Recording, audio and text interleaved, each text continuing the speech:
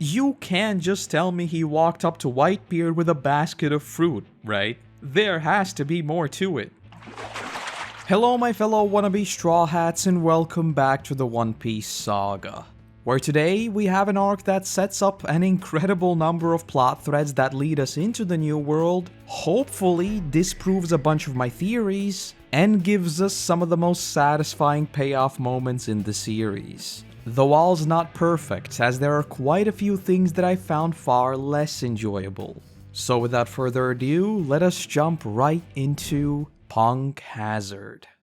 Before we delve any further into it, I want to say this. This is probably the most conflicted I've felt about an arc in a long time. You'll see what I mean as we get into the nitty-gritty, but I'll just say don't be surprised if I gloss over a lot of what happens in the first act, because much of it felt, if not fillery, then just out of place. I was warned about the pacing, but that wasn't even the issue for me, as I think blitzing through it as fast as I did made that a moot point. Though I can definitely see how watching or even reading this week to week must have been pretty painful. But it's rather that this arc is so heavily packed in the last act that the start of it almost feels redundant. But alright, let's get properly stuck in.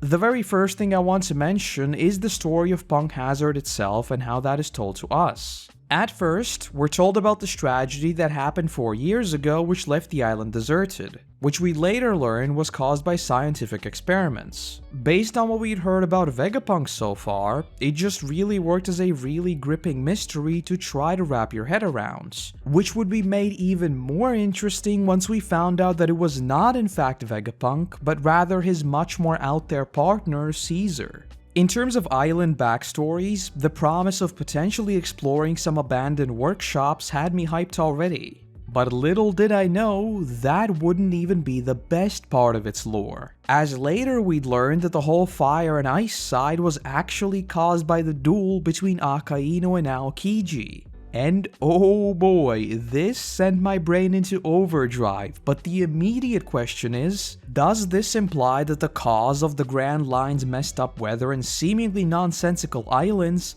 are Devil Fruit powers? We now have a precedent for just 2 Devil Fruit users literally terraforming an entire island. So is it really a stretch to say that with people using fruit powers over the course of centuries, the entire ecosystem of the Grand Line has been thrown out of whack? I don't really think the whole island weather split played a major role in this arc in any other way, so it does more so seem to be a hint at the wider world in my opinion. And if that is indeed the case, then this is truly an absolutely brilliant way to reveal that fact. And soon after, we see the other major players in this arc, the G5 commanded by my main man Smoker and Tashigi.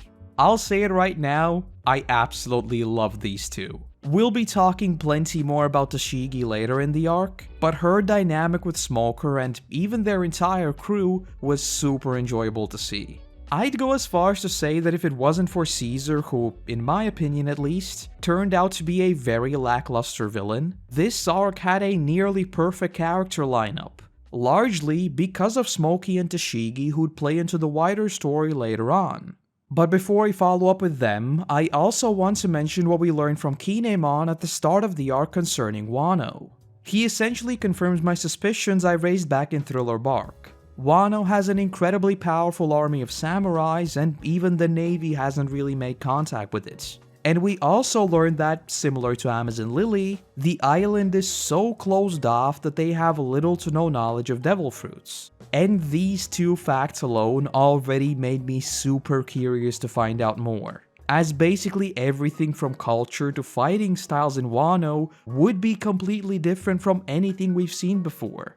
And yes, because I know Wano is actually an arc later in the story, I am very excited to find out more.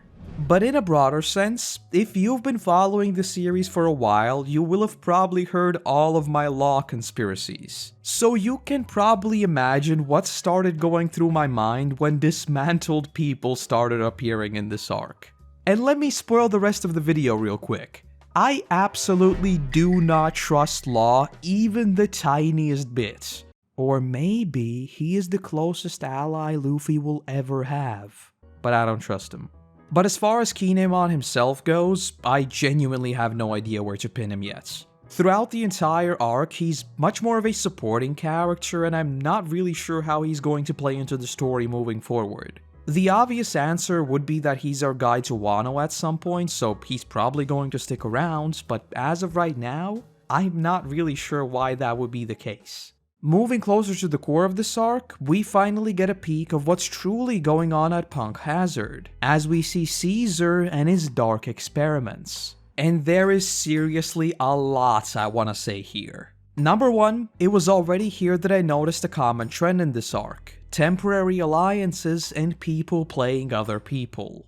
As soon as we find out about Caesar's operation, we also hear that Law is a part of the entire thing. And as we'd find out later, that was of course merely a ploy. Similarly, Caesar too has made countless alliances to essentially further his own goals, which we'll also talk about in a bit. And then there's of course the mysterious Joker, who is actually the larger player behind Caesar. And on our side, we also have a bunch of these alliances as well. First off, we see Law make a deal with Smoker, then make a deal with Luffy, etc, etc.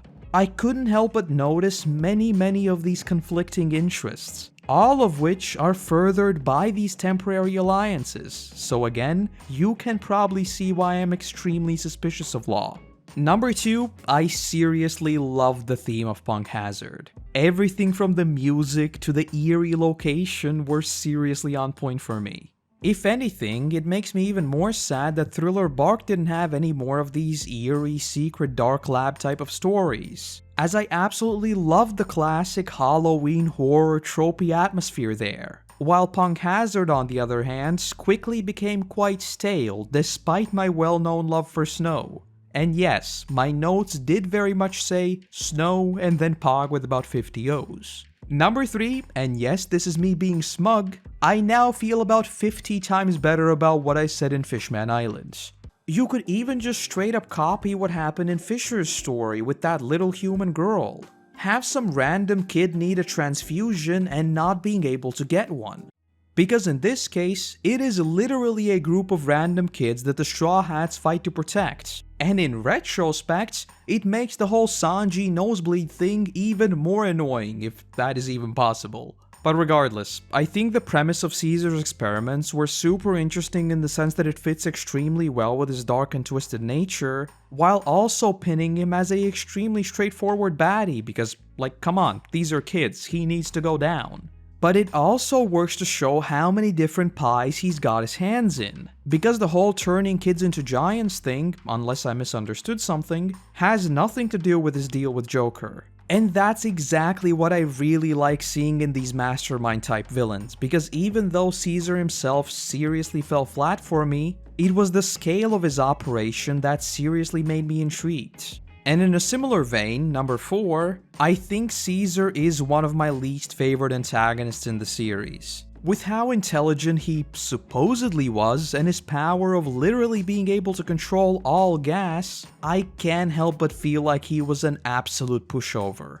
Seeing him go from single-handedly and without ever breaking a sweat locking up basically the entire crew, Smoker, Tashigi, and Law, only to be defeated by a few punches, in retrospect, seriously detracts from the whole intrigue of his power and control. I get the perspective of his power coming from his inventions, etc, etc, but then his gas power on top of that feels like a weird addition considering he never actually leverages it. But returning to what's going on outside of the lab though, it's here where Law properly comes into the picture. Couple of things to note here. First off, I think taking away Smokey's power and swapping a bunch of the crew was a super smart move on Oda's part, as it made everything feel a little more dramatic.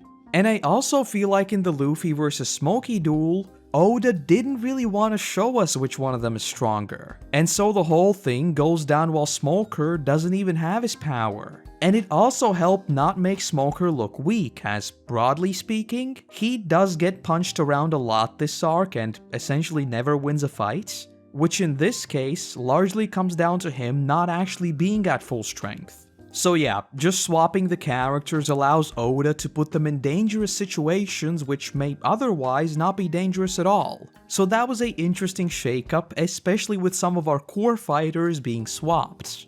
And secondly, of course I have to mention this, despite it being very short, the Law vs Smoker fight was incredibly hype. And is it safe to say that Law's ability is incredibly overpowered? I am genuinely scared about him being with the crew right now, and because I am 300% convinced he will backstab them, I can't see how they'll put up a fight if he is basically invincible in his surgery circle thing. Though yeah, everything from the animation to music was on point in this duel, so that is a big ol' W. And luckily, this wouldn't even be the highlight of the arc, so more on that later. And in a similar vein, it's also here where Law finally spills the beans on his connections to Doflamingo. Yeah, I mean, I saw this entire thing a mile away.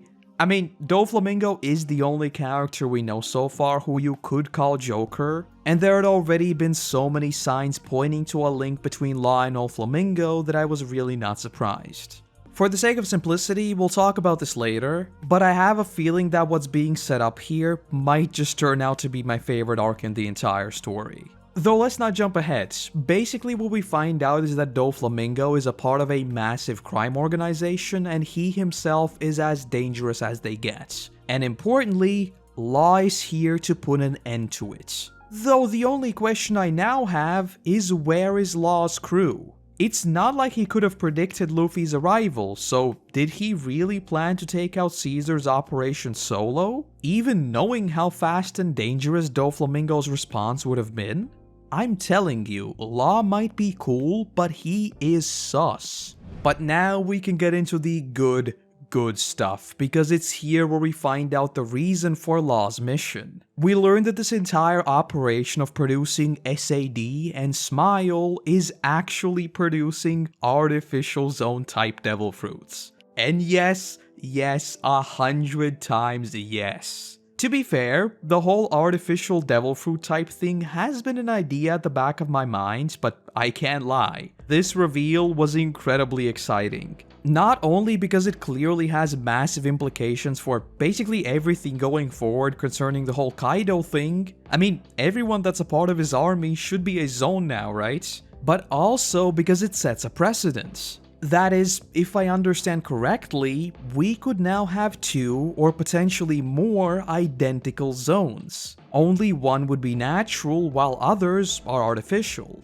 We obviously are never told that this is exactly how it works and whether fruits can be in any way predicted, but considering they're being manufactured, I would guess that there's a degree of control there.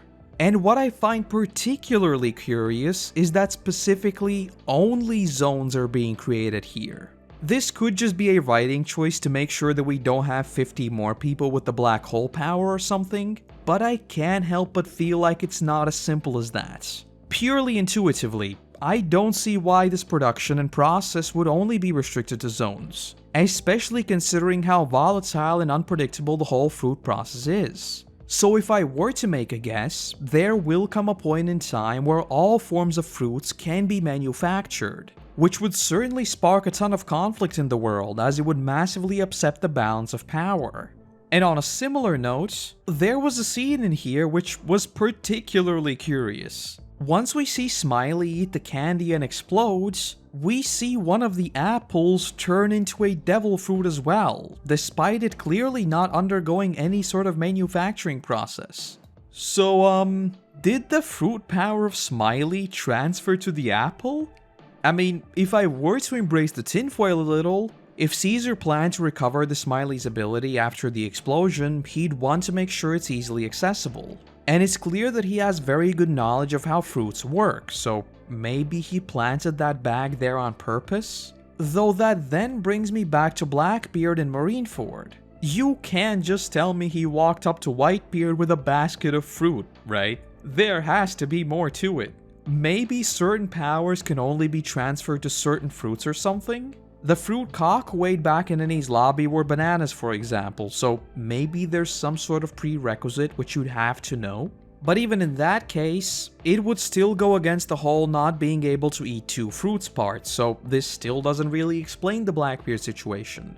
Yeah, as you can tell, my mind was simply sent into overdrive here. Especially considering that Ace's fruit is supposedly now back out there as well. Wait, hold up. Wouldn't it be quite poetic if Sabo just showed up one day with Ace's fruit? Almost like when we met Ace originally back in Alabasta? Anyway, the last thing I want to talk about regarding devil fruits is the one Momo eats. Let's be honest, it's pretty obvious that this is much more than a, hey look, Momo now has a serpent dragon fruit. And I am willing to bet that this fruit in particular will turn out to be massively important in the story. My first thought was, big surprise, Blackbeard would be interested in this sort of thing, but based on some other things we'd hear in this arc, my thoughts were changed there. Though hold that thought for now.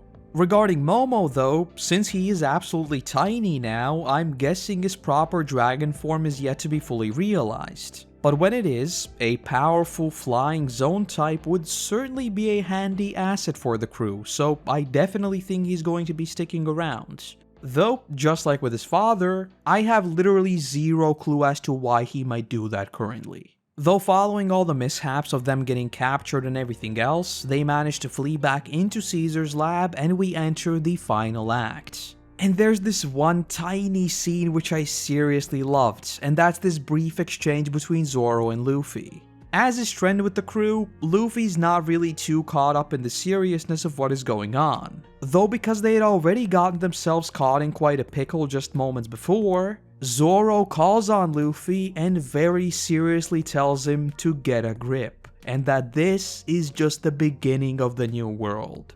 I love Zoro moments like these. We all know that despite Luffy's carelessness sometimes, most of the time he'll be just fine. But you know things are getting serious when Zoro actually speaks up and tells Luffy to get serious for a bit, just like we saw back in Enies lobby with Usopp.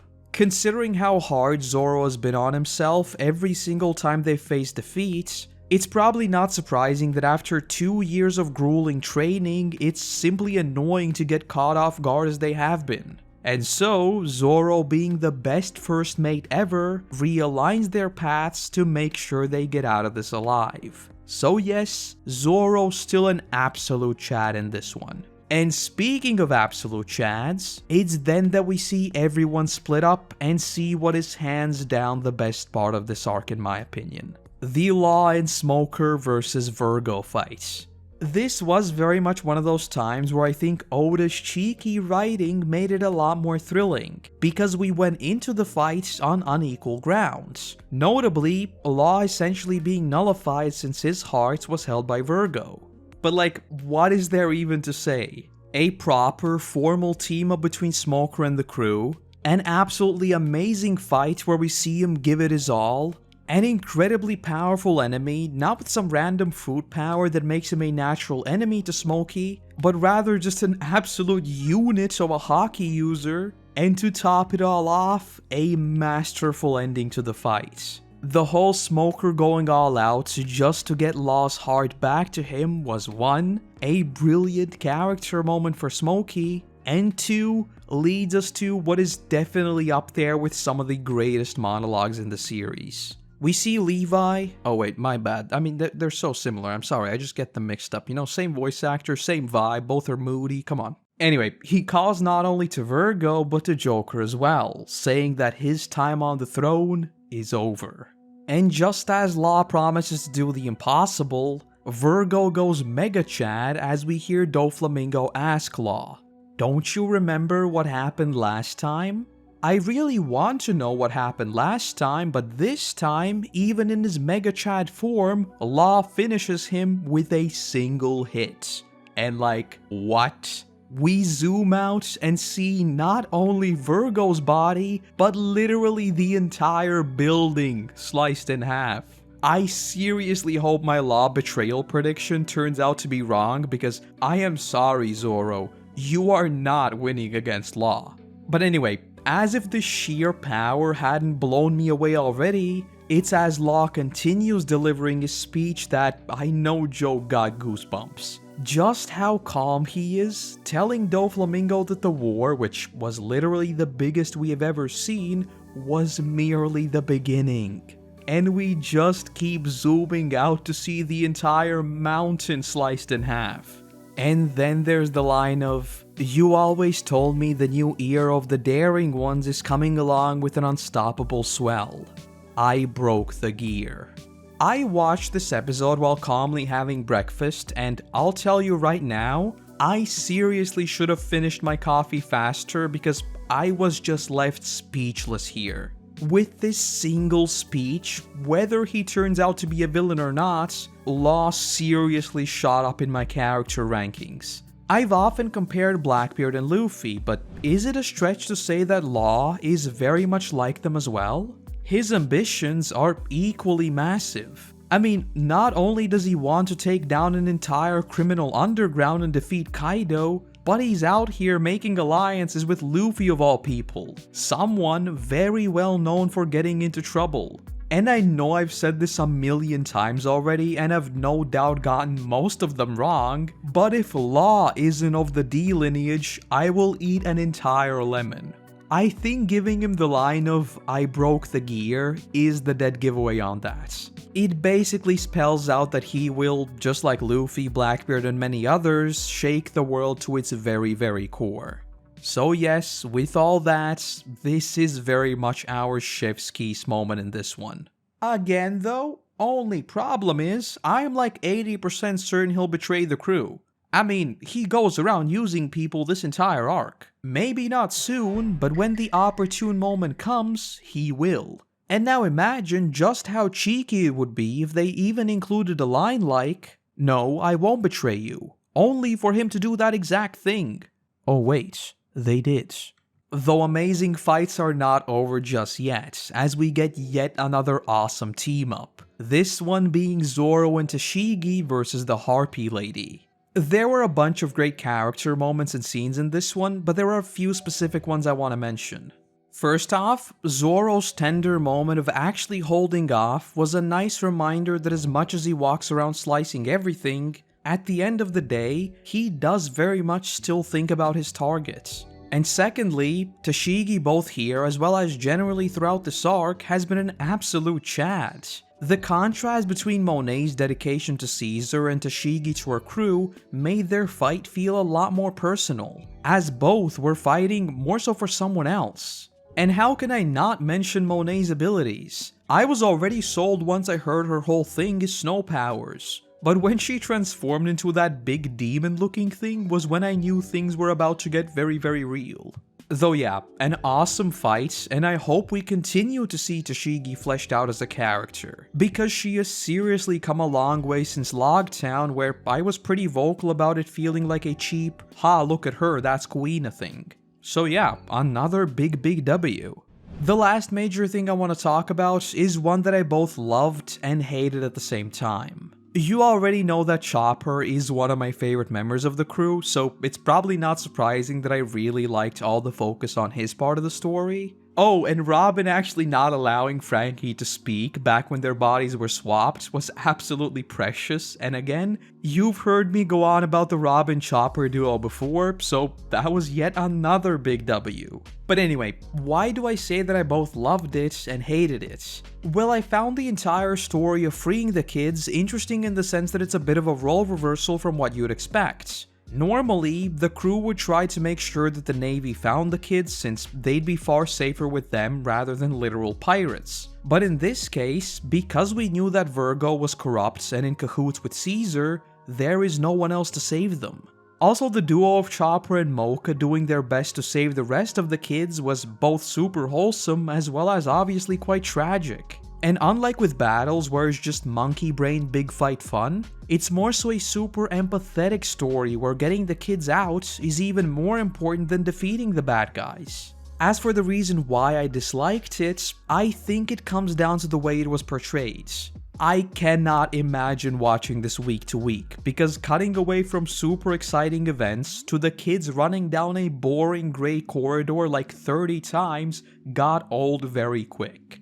This is probably the first time where I actually rolled my eyes at how stretched out the scene was, even though it wasn't nearly as bad as some people claimed they would be, especially because I was binging the whole thing. I still felt like a good 90% of them were just plain unnecessary. But one thing that came as a major surprise was the super dark scene we saw with the Harpy-lady. Because Caesar is so smart, he was too smart to consider the possibility of another switcheroo by Law, and so he stabs what is actually the Harpy's heart. I don't know why, but the way the scene was done was super rough, and despite her being a very straightforward baddie, I seriously felt bad to see her go down. Of course, you know it, I know it, everyone knows it, she'll be perfectly fine and her snow power will have frozen her heart and it will be restarted or something, but even knowing that, I am mostly fine with this being a fake out death because it was just beautiful and it was tragic, and perhaps most importantly, it begins to set up what is seriously looking to be an incredible story because the last words out of her mouth are to Doflamingo. Now, before I say anything else, Narcos is one of my favorite shows ever, and I've spent too much time watching documentaries on cartels. So it's perhaps not surprising when I say that I immediately noticed some parallels between Doflamingo and those classic portrayals of crime bosses seeing their kingdom crumble down.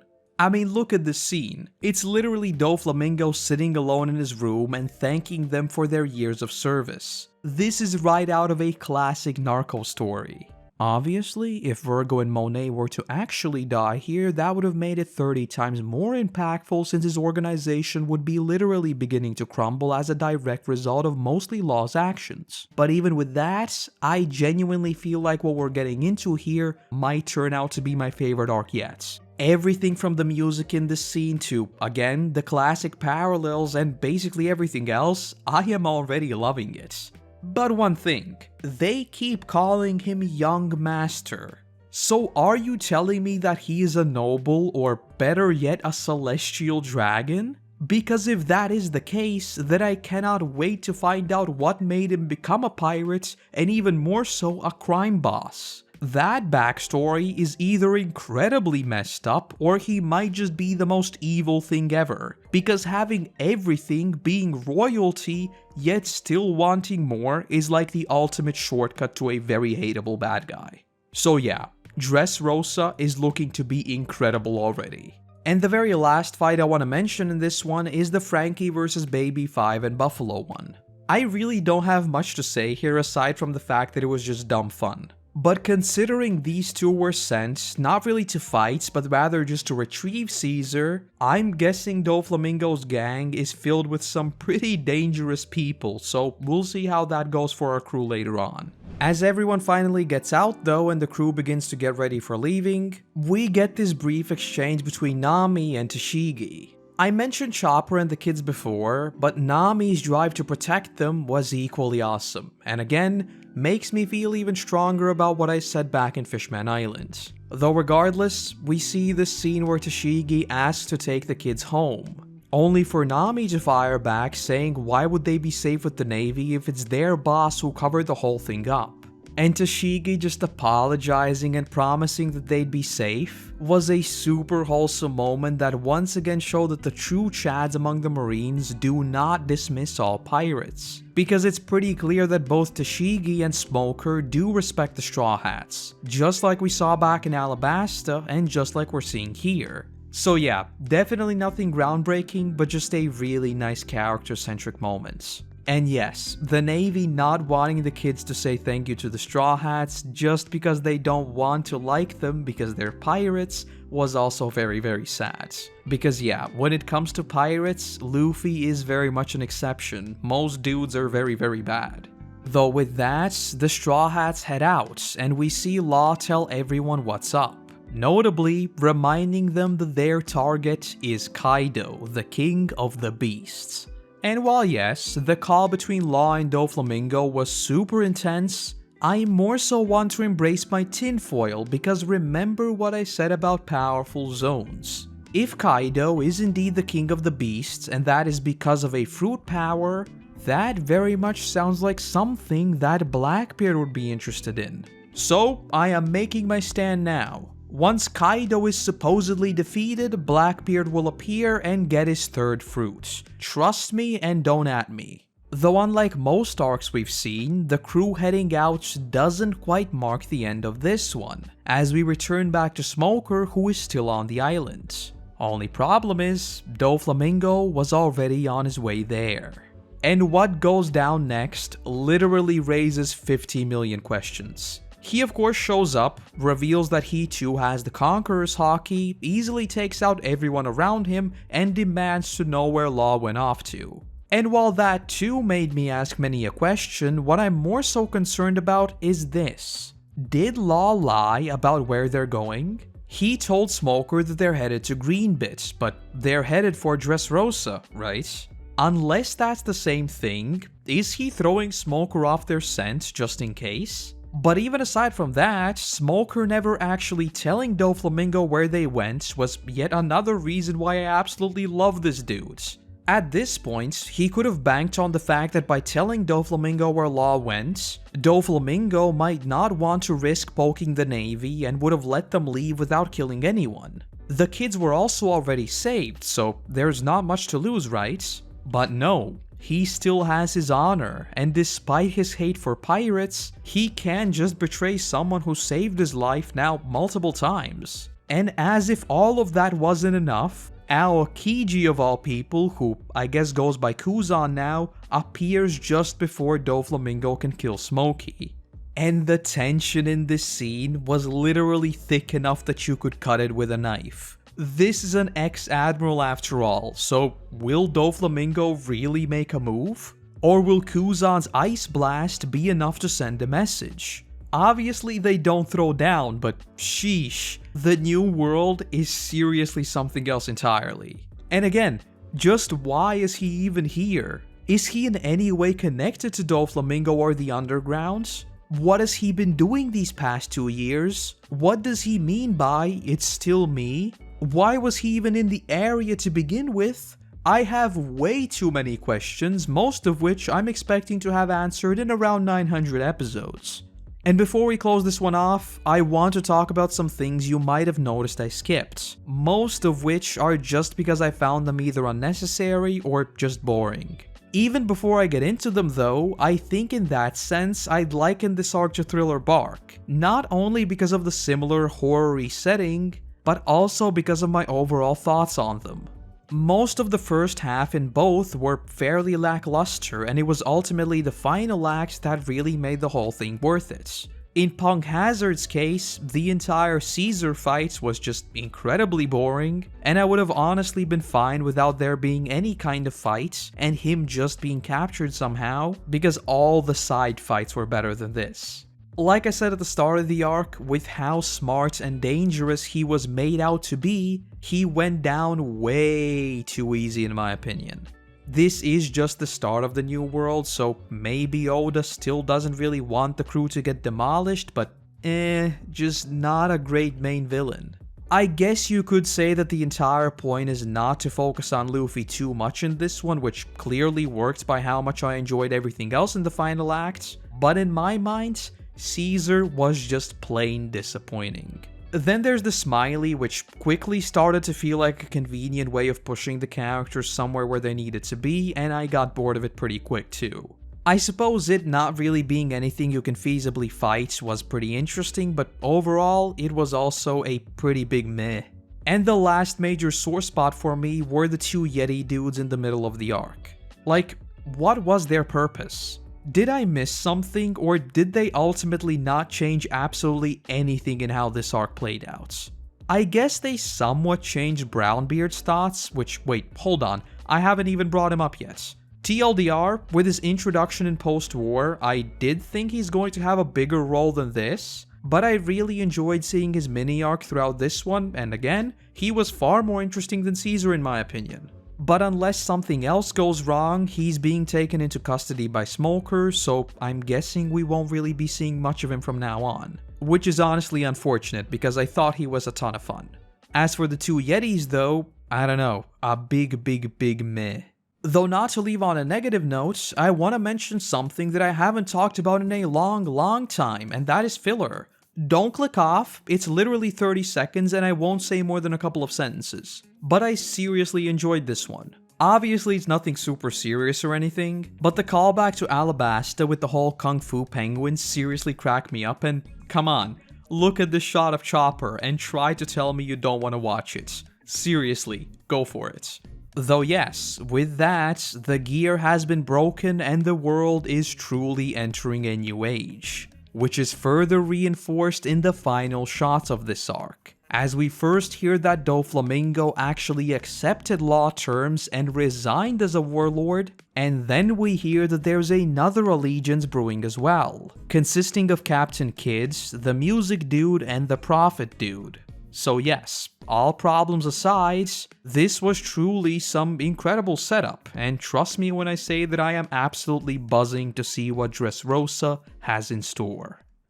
And that is Punk Hazard. Yeah, this is a bit of a mixed bag for me. If I were to rank it based on purely the last act, it would probably be a solid A. But when accounting for the disappointment that was Caesar, the somewhat random Yetis which honestly just seemed like filler, and the mostly boring setting, this one will barely eke it out as the top C tier arc, just above G8 and Thriller Bark. Clearly most of this arc is just setup, but hey, at the same time, Water 7 was also mostly setup and that still was an S tier arc, so clearly there are ways to make it work. The tricky thing with this one for me is that even with the setting, as I said, there were parts of it I actually really enjoyed and thought were creative, but when looking at the larger picture, it just turned out to be boring gray corridors. So yeah, not to rehash everything again, it's just a mixed bag. Though with that, it is time to seek out Dofi on his home turf. Next stop, Dressrosa. And that's the video. And because you made it to the end of this very long video, here's something you might be interested in. The entirety of the One Piece saga up to Wano has now been scripted and recorded. So from this point on, you'll be listening to a lot of past Koroto. If my math is correct, by the time my Dressrosa coverage begins and Oda is back from his month-long break, I should be fully caught up. I plan on doing weekly One Piece streams on Twitch following that point, so feel free to tune in where I'll just ramble about my first reactions about the new chapters. Keep an eye out for community posts or Twitter for more updates though. And of course, I also want to say a massive thank you to our patrons who allow me to produce even more of these for you all. Without you, there'd be a whole lot less of my ramblings, so seriously, thank you, thank you. Other than that, I want to say thank you very much for watching. I hope you have a great day, and hopefully, I'll see you in the next one. Bye-bye.